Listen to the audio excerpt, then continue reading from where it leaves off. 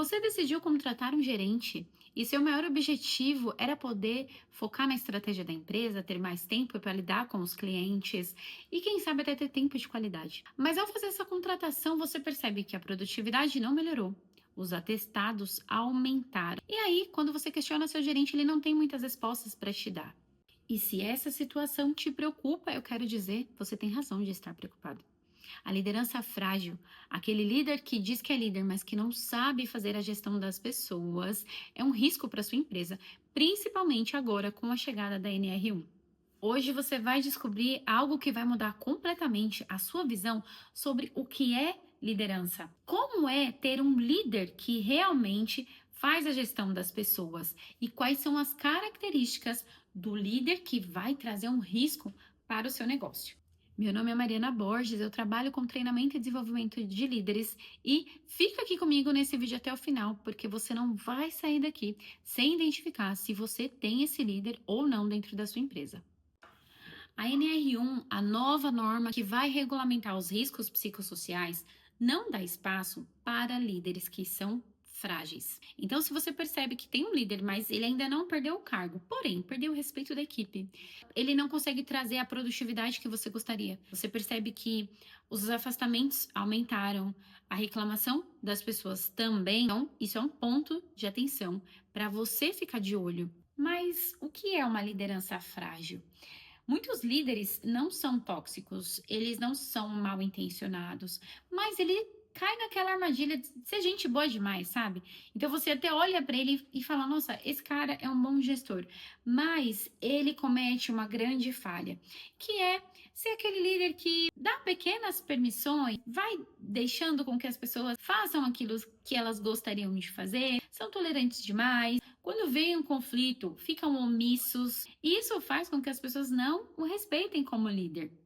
Então, alguns sinais de que você tem um gestor, um líder que é fraco, é aquele líder que evita o confronto, então ele prefere a paz do que chamar as pessoas para conversas difíceis. É aquele líder que faz um feedback vago. Então ele diz assim: fulano, vamos melhorar a comunicação. Você precisa melhorar a sua comunicação. Mas ele não explica para o liderado como ele vai fazer, de que jeito que ele deve melhorar a comunicação dele. É aquele gerente que promete as coisas e não cumpre. Então, ele diz que vai ter alguma consequência àquela situação. Ele vai aplicar uma penalidade. Olha, você chegou atrasado de novo. Mas ele não faz nada sobre aquilo. Ele chama atenção e não age com relação àquele problema. Isso não é liderança. É aquele líder que protege o talento que é tóxico. Aquela pessoa do time que traz problemas durante a rotina, é briguenta, é barulhenta. Tudo para ela é motivo de estresse. E esse líder diz assim: ah, essa é uma pessoa tóxica, mas ela me entrega resultado, então não vou mexer com ela, vamos deixar ela como ela tá. E enquanto isso, a pessoa vai minando ali o clima da equipe. É aquele líder também que vai oscilando o humor dele. Então, num dia ele elogia, no outro dia ele dá bronca e a equipe vai jogando ali com seu humor. Nossa, o chefe chegou bem hoje. Nossa, o chefe dormiu de calça jeans. Não tem? Não tem essas piadinhas? Então, esse líder jamais será respeitado se ele não mudar. Alinhamento que não vira acordo. Outra característica dessa liderança que é frágil. Ele diz assim: ah, ok, nós combinamos aqui, mas ele não registra, ele não dá um prazo, ele não define um dono. Então são aquelas reuniões que não são produtivas. A gente tá todo mundo ali tratando, abordando um assunto, e aí no final, depois de muita conversa, o líder fala assim: ok, combinado. Cada um levanta ali da sua cadeira, sai da sala e tudo fica solto. Não tem um prazo, não tem alguém que foi dono daquilo, fica aquele negócio solto. Fala que é uma reunião de alinhamento, mas alinha e não chega em lugar nenhum. E essa pessoa também, ele é um líder que tem uma tolerância seletiva. No dia que ele tá bem, ele não liga pro atraso. No dia que ele tá de mau humor, ele não tolera o atraso. Mas também não faz nada sobre aquilo. Briga, mas não chama a pessoa para uma conversa honesta, explicando para ela de que forma aquele atraso afeta, impacta nos demais colaboradores da equipe. Acabou o café. Olhando assim, parece pequeno, não é mesmo? Mas vamos colocar isso na rotina. Todos os dias, essa postura. O seu colaborador não sabe muito bem o que esperar dessa liderança, ele não consegue confiar nessa liderança. E pode até ser que ele tenha dado votos de confiança, mas ele foi decepcionado. E aí acabou o brilho que aquele gestor tinha, se é que ele já teve um dia, acabou a confiança, ou se é que eles conseguiram construir a confiança. Não existe admiração, por isso não existe engajamento do time. A produtividade não aumenta, as pessoas não lutam por aquele departamento, elas não conseguem olhar para as metas e ter brilho no olho para alcançar aquilo.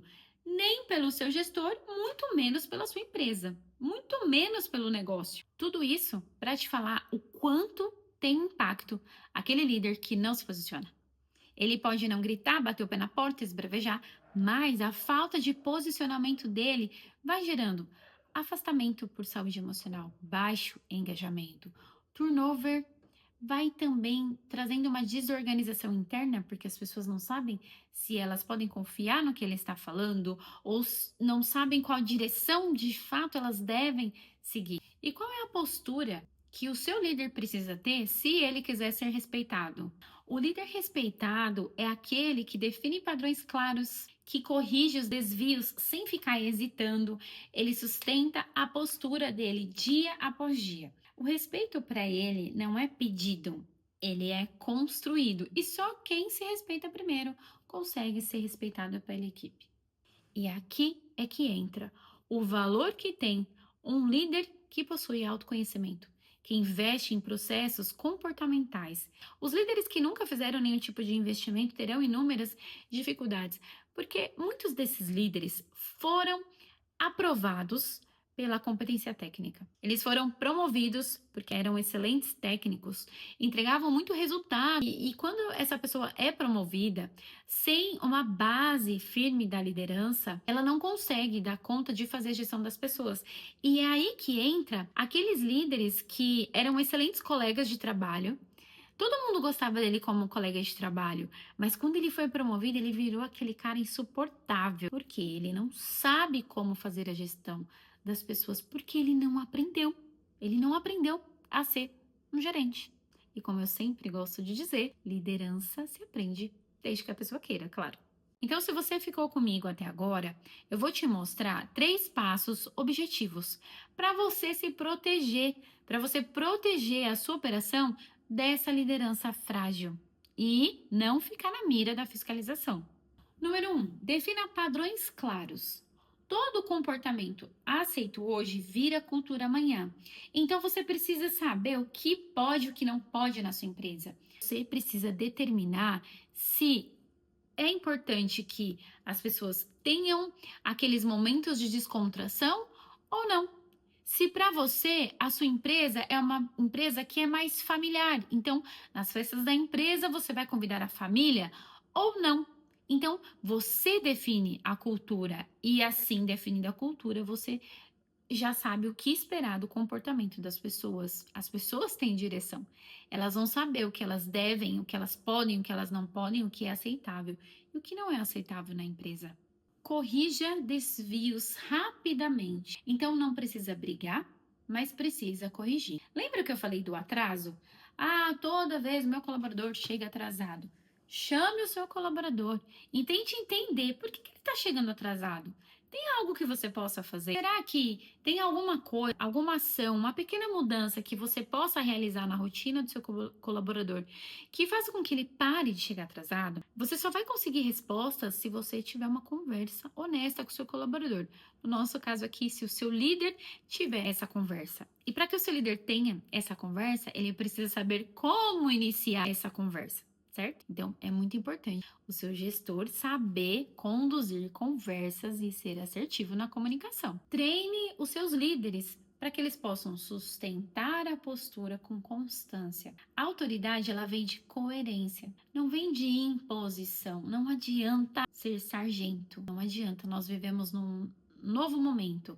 Nós vivemos numa nova era em que o gestor precisa ganhar o respeito da equipe através do posicionamento dele, não da posição, é da maneira como ele se comporta, da maneira como ele transmite aquilo que ele acredita, da maneira como ele transmite o que a cultura da sua empresa acredita. Mas se a sua empresa não tem cultura, se lá todo mundo faz o que quer, se não tem processo, se as coisas são soltas, então o seu líder terá dificuldade. Então eu convido você também a olhar qual é a cultura da sua empresa, quais são as coisas que você acredita e que estão colocadas para as pessoas dentro do seu negócio.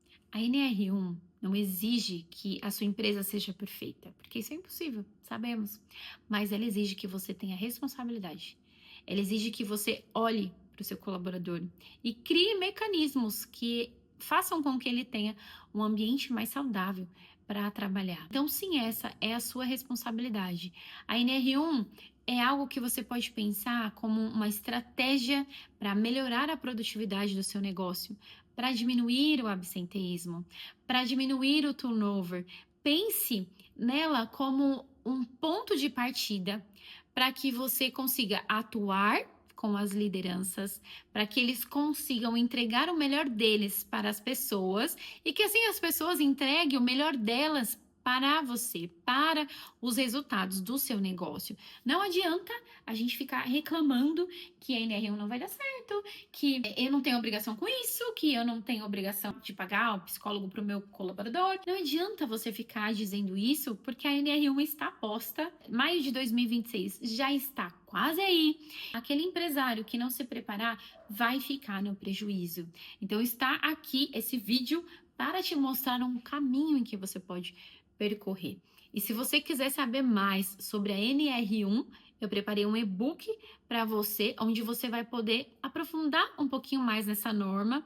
E não se preocupe, se você tiver ajuda e direção, você vai com mais segurança. E claro, nem você, nem o seu colaborador sofrerá os prejuízos dos riscos psicossociais ou das multas pela fiscalização da NR1. Aqui embaixo tem um link, você pode baixar o seu e-book. Eu estou lá no Instagram como @marianaborgesbr e lá eu posso responder as perguntas que você tem sobre esse assunto que eu amo falar. Até o próximo vídeo.